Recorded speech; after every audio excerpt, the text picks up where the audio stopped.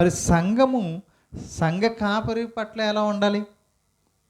సంఘము లేదా విశ్వాసులు దేవుని సేవకుని ఎడల ఎలా ప్రవర్తించాలి, ఎలా నడుచుకోవాలి అంటే హెబ్రీయులకు రాసిన పత్రిక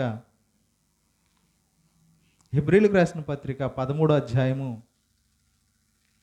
హెబ్రీయులకు రాసిన పత్రిక 13వ అధ్యాయము 17వ వచనం నుంచి చదువుదాం.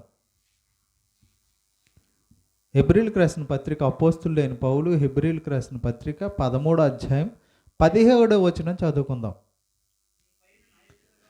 మీ పైన నాయకులుగా లేదా సంఘాన్ని కాసే కాపరిగా సేవకుడిగా ఉన్నవారికి, మీ పైన నాయకులుగా ఉన్నవారు లెక్క ఒప్ప చెప్పవలసిన వారి వలె మీ ఆత్మలను కాయుచున్నారు. వారు దుఃఖముతో ఆ పని చేసిన ఎడలా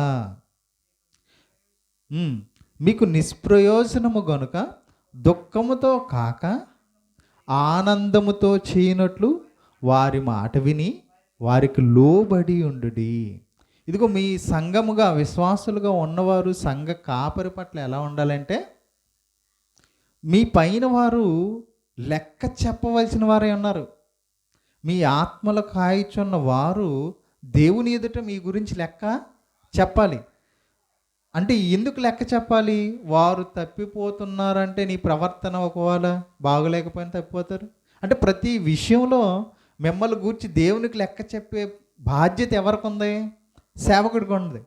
ఆయన అన్ని మంచి చేస్తున్నా కూడా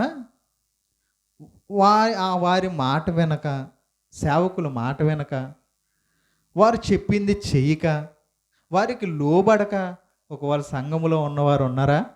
అయితే మీ భక్తి నిష్ప్రయోజనం అన్నాడు. అంటే ప్రయోజనం లేనిది మీ సేవ, మీ పని నిష్ప్రయోజనమైనదంట. చూడండి, మళ్ళీ చదువుతున్నాను.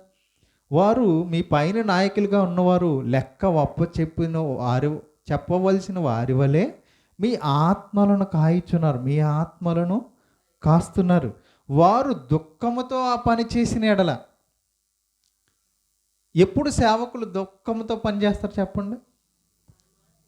ఎప్పుడైతే వారు ఎన్ని చెప్పినా వినకుండా సేవకుడు మాటలు లెక్క చేస్తారా చెప్పండి?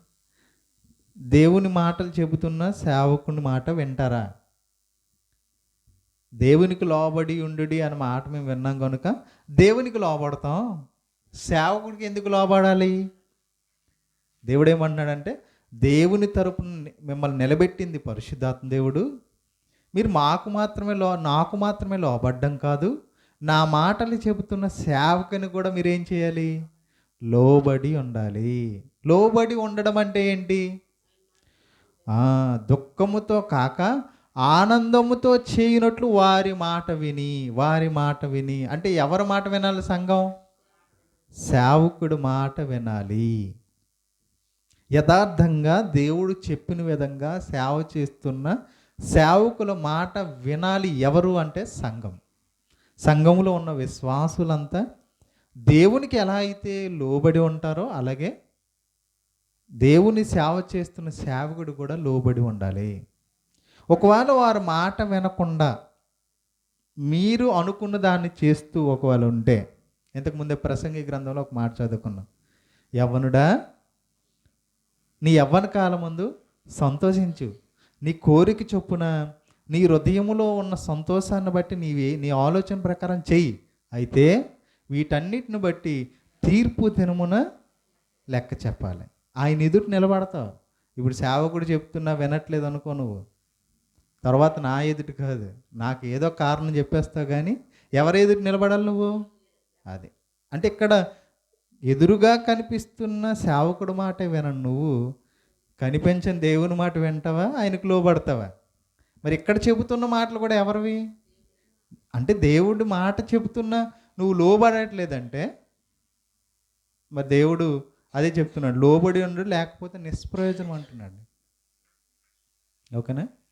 అంటే సేవకుడు మిమ్మల్ని చూస్తే ఏం కలగాలి అంటే ఆనందం రావాలి. మిమ్మల్ని చూస్తే సంఘాలలో విశ్వాసం చూస్తున్నప్పుడు సేవకుడు ఏం చేయాలంట? సంఘంలో ఉన్నవారిని చూసి సంతోషించాలి. ఎప్పుడు సంతోషిస్తాడు?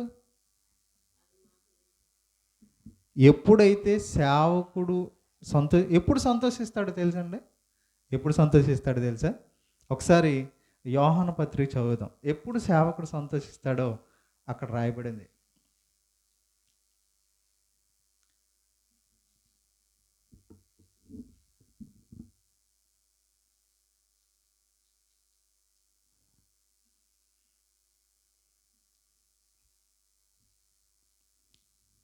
యోహాను రాసిన 2వ పత్రిక. ఎప్పుడు ఒక సేవకుడు విశ్వాసం చూసి సంతోషిస్తాడో దేవుడు చెప్తున్న మాట చూడండి.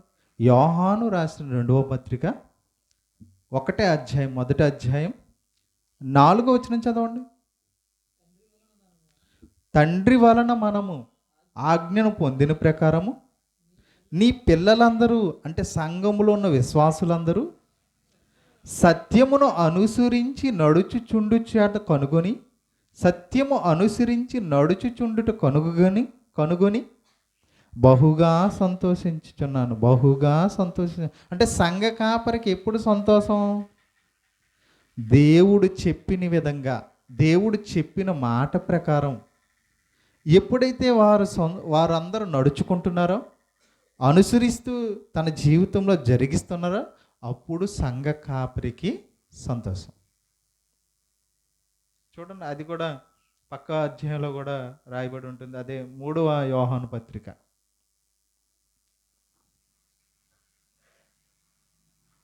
యోహాను రాసిన 3వ పత్రిక 1వ అధ్యాయం 3వ వచనం,